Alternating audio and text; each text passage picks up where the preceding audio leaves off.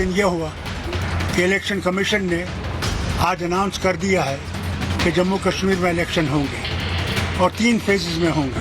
जम्मू कश्मीर के मतदाता 10 साल से इंतज़ार कर रहे हैं कि विधानसभा के इलेक्शन कब हों।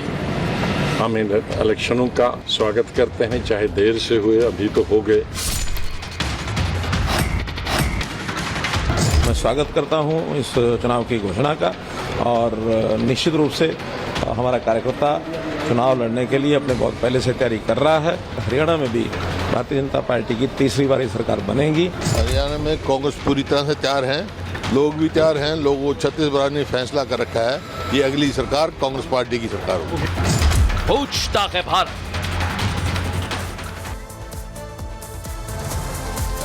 और दर्शकों, मेरे साथ इस समय 2 बड़े नेता, एक जम्मू कश्मीर के पूर्व उप मुख्यमंत्री निर्मल सिंह जी जुड़ रहे हैं। बहुत बहुत स्वागत है निर्मल सिंह जी। और दूसरी तरफ हरियाणा से आए अभय चौटाला जी के सुपुत्र अर्जुन चौटाला जुड़ रहे हैं। आप दोनों का बहुत बहुत धन्यवाद। अर्जुन जी, सिर्फ आपसे 1-1.5 मिनट आपको हल्का सा इंतजार करना पड़ेगा। आप गाड़ी में हैं। Thank you for joining in. Republic पे बात करने के लिए मैं पहले निर्मल सिंह जी के पास जा रहा हूं और फिर आपके पास आ रहा हूं। Nirmal Singh ji, me with graphics. Nirmal Singh ji, Jammu Kashmir में 10 साल बाद इलेक्शन हो रहा है। 90 सीटें हैं। भारतीय जनता पार्टी ने पिछले इलेक्शन में 14 में बहुत अच्छा प्रदर्शन किया था। फारूक अब्दुल्ला के मिक्स्ड रिएक्शंस आ रहे हैं। फारूक अब्दुल्ला कह रहे हैं only me and Nirmal Singh ji. Farooq Abdullah कह रहे हैं मैं लड़ूंगा इलेक्शन, ओमर अब्दुल्ला नहीं लड़ेंगे। महबूबा मुफ्ती अभी तक मिक्स्ड, उनके पार्टी के रिएक्शन आए हैं, उनके नहीं। निर्मल सिंह जी, मैं आपका पहला रिएक्शन जानना चाह रहा हूं बीजेपी के नेता और प्रदेश के पूर्व उप मुख्यमंत्री के तौर पर। निर्मल सिंह जी। ऐश्वर्या जी, सबसे पहले मैं आपका आभार प्रकट करूंगा कि आपने अपने चैनल पर मुझे बुलाया है और ऐसे विषय पर बुलाया कि जो बहुत ही महत्वपूर्ण है। पूरी दुनिया की नज़रें आज जम्मू कश्मीर पर हैं, यहाँ के चुनावों पर है। इलेक्शन कमीशन ऑफ इंडिया का भी हम आभार प्रकट करते हैं कि वो जो है उन्होंने इलेक्शन अनाउंस किए हैं। देखिए, ये इन इलेक्शंस का बहुत देरी से इंतज़ार था और जिस प्रकार से आपने कहा डॉक्टर फारूक अब्दुल्ला, उनका मिक्स रिएक्शन है। डॉक्टर फारूक अब्दुल्ला, क्योंकि उन्होंने देखा है कि लोकसभा इलेक्शन में जिस प्रकार से उमर अब्दुल्ला साहब जो है पूर्व जो मुख्यमंत्री, उनकी हार हुई है, कश्मीर में हुई है और उनका जो एजेंडा था अलगाववादी, लूज एक्सेशन का एजेंडा कि हमें ऑटोनॉमी चाहिए, हम जो है 370 चीन की मदद से वापस लाएंगे, इस प्रकार के नाप शनाप की बातें। और ये लोग और पीडीपी के लोग और इवन के कांग्रेस के लोग भी जिस तरीके का यहाँ मैस क्रिएट किया हुआ था। 50,000 लाशें जम्मू कश्मीर में गिरी हैं। और दूसरी तरफ हम देखते हैं कि 5 अगस्त 2019 के बाद जब 370 टूटा, 35 टूटा, एक शांति का माहौल है। तरक्की तामीर की तरफ जो है जम्मू कश्मीर जा रहा है। 2 करोड़ जो है वो टूरिस्ट यहाँ पर आते हैं। बाकी बातें हैं। इसके मद्देनज़र फारूक अब्दुल्ला को और ख़ासतौर पर उमर अब्दुल्ला को ये पता लग गया है कि कश्मीर के लोगों ने उनको रिजेक्ट किया है, उनकी सोच को रिजेक्ट किया है। आज उमर अब्दुल्ला जो हैं वो इसका स्टेटहुड के जो डिमांड है उसके पीछे छुप रहे हैं। वो अपनी कमज़ोरी को छुपा रहे हैं। स्टेटहुड आएगी, हम भी चाहते हैं स्टेटहुड आए। और जैसे प्रधानमंत्री जी ने जिस प्रकार से जो दिया है, आश्वासन दिया है और कि स्टेटहुड आएगी, जब भी उपयुक्त समय होगा, जब भी स्ट्रैटेजिकली इसकी ज़रूरत होगी तो स्टेटहुड आएगी और जम्मू कश्मीर को स्टेटहुड मिलेगी।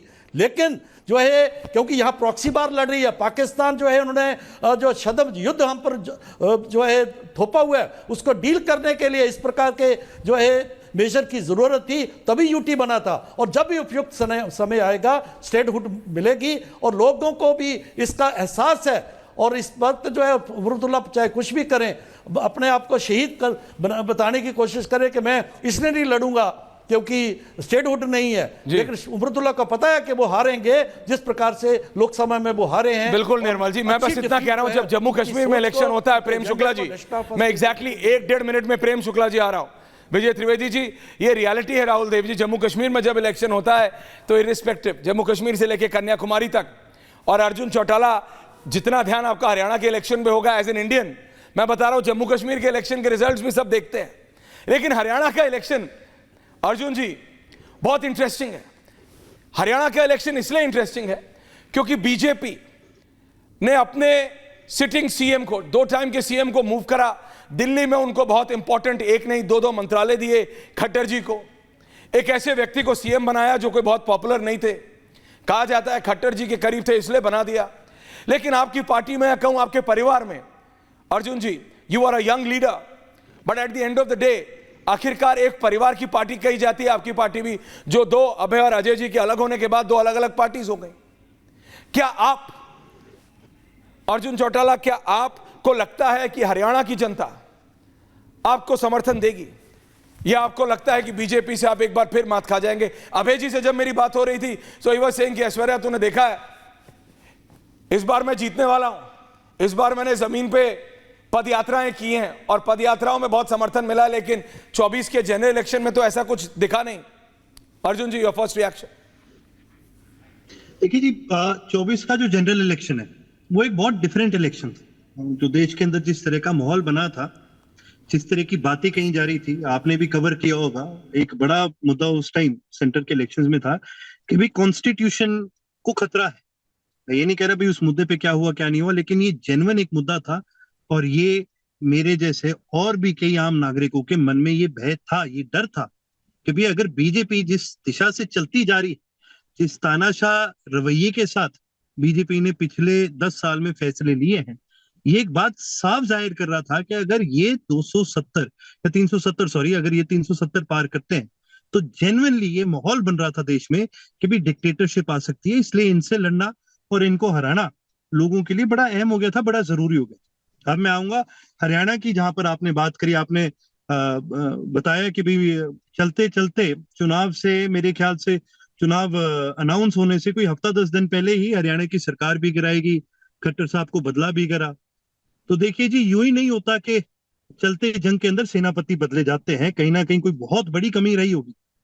और फिर उसके बाद सैनी साहब का मुख्यमंत्री बनना, उनका जवाब सबको पता है कि भाई हम तो अर्जुन जी, कमी तो सबको पता है, कमी तो बीजेपी को भी पता है। कमी तो जब पहली बार खट्टर साहब को सीएम बनाया गया था, उसके बाद जो जाट आंदोलन हुआ था, राइट्स हो गए थे, कैप्टन अभिमन्यु सिंह जो फाइनेंस मिनिस्टर थे बीजेपी की सरकार में, उन्हीं का घर या महल जो भी वो जला दिया गया था उन्हीं के होम टाउन में। तो ये कोई हरियाणा के लिए और बीजेपी के लिए कोई ऐसा कोई स्टार्टलिंग नहीं था, लेकिन वो प्रधानमंत्री के चेहरे पे इलेक्शन लड़ते हैं हरियाणा में, एंड खट्टर साहब को प्रधानमंत्री का भरोसा था, डायरेक्ट भरोसा था।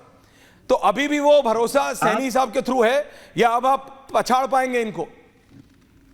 भाई भरोसा प्रधानमंत्री जी खट्टर साहब पे रखे या ना रखे ये मैटर नहीं करता। मेरे ख्याल से प्रधानमंत्री जी का होगा भरोसा, तभी मंत्री बनाए उनको, पर मुख्यमंत्री रहने के लिए आपको जनता का भरोसा चाहिए, और जनता का भरोसा जो है वो खट्टर साहब खो चुके हैं। और ये खाली मैं ही नहीं, आप खुले मंच से कहीं पर भी पूछिए, आज जनता का भरोसा ना केवल खट्टर साहब हो, चाहे सैनी जी हो, चाहे इस बीजेपी का कोई भी नेता हो, कोई भी कार्यकर्ता हो, आम जनता का इन लोगों के ऊपर से। अगर अभी भी आप मेरी आवाज सुन पा रहे हैं तो लास्ट क्वेश्चन, सिर्फ मैं एक सवाल और आपसे पूछना चाह रहा हूं क्योंकि नेटवर्क गड़बड़ है। बताना चाहूंगा भाई, हरियाणा के इतिहास में आज तक कभी भी इतने ऐसे कभी भी दंगे नहीं हुए जी। ये बीजेपी के आने के बाद हुआ, बीजेपी उसको हैंडल नहीं कर सकी, उसकी वजह से ये बढ़े।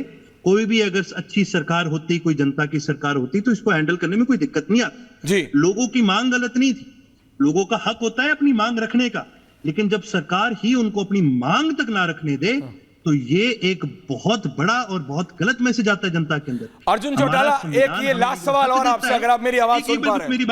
मेरी बात पूरी होनी थी जी, प्लीज करिए। हमारा संविधान हमें ये हक देता है कि हमें कहीं पर भी डेजिग्नेटेड, संविधान के हिसाब से भी जगह डेजिग्नेटेड है जहां पर हम बैठ के धरना दे सकते हैं और अपनी मांगों को रख सकते हैं। लेकिन अगर उन डेजिग्नेटेड जगहों पर भी हमें ना बैठने दिया जाए, अगर अपनी बात ही ना रखने दिया जाए, फिर आप मुझे ये बताइए कि आम जनता क्या करे? हम सड़क पर ही उतरेंगे? ये गलती इसके अंदर लोगों की नहीं है, ये गलती इसके अंदर सरकार की है। एक आपसे निवेदन है अर्जुन जी, आप अपने